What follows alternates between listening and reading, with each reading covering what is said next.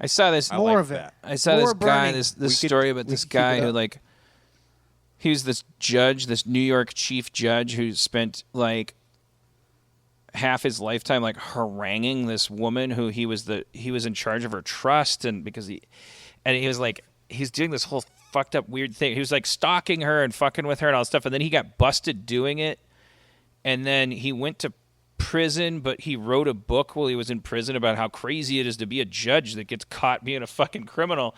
And then when he got out of prison, he was a best-selling author, and then they welcomed him back into the whatever the fuck, he could still hang out at the country club and all this stuff, and the woman's life was ruined and stuff, but and then they played a clip of him being on Larry King or something, and he after prison. Yeah, after all of this, and now he's on his victory lap, making his millions on his book about how much he's learned about. It's called How Not to Get Killed in Prison. Or it's meditations on how nutty it is to be a judge and then be in prison and then be a best-selling author by me. I wrote a book called How to Learn How to Make a Prison Belt. And Larry King goes it's in the clip. Larry King's going now you I can't do a Larry King impression, but you did terrible things. You did them.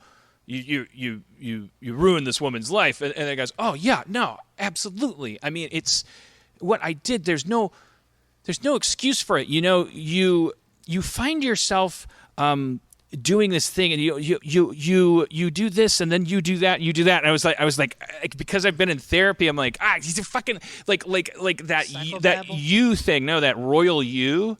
It's like I do that all the time. He's taking it away from himself. Yeah, it's compulsive, and I know that seems like a non sequitur, but it's it's kind of like what we're doing when we talk about politics. We're constantly tap dancing between we don't want intimacy. We don't want to just be vulnerable, and because we might end up saying something that's not very fashionable and actually gets tomatoes thrown at us.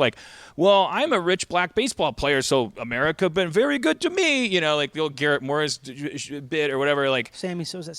You don't. So we have to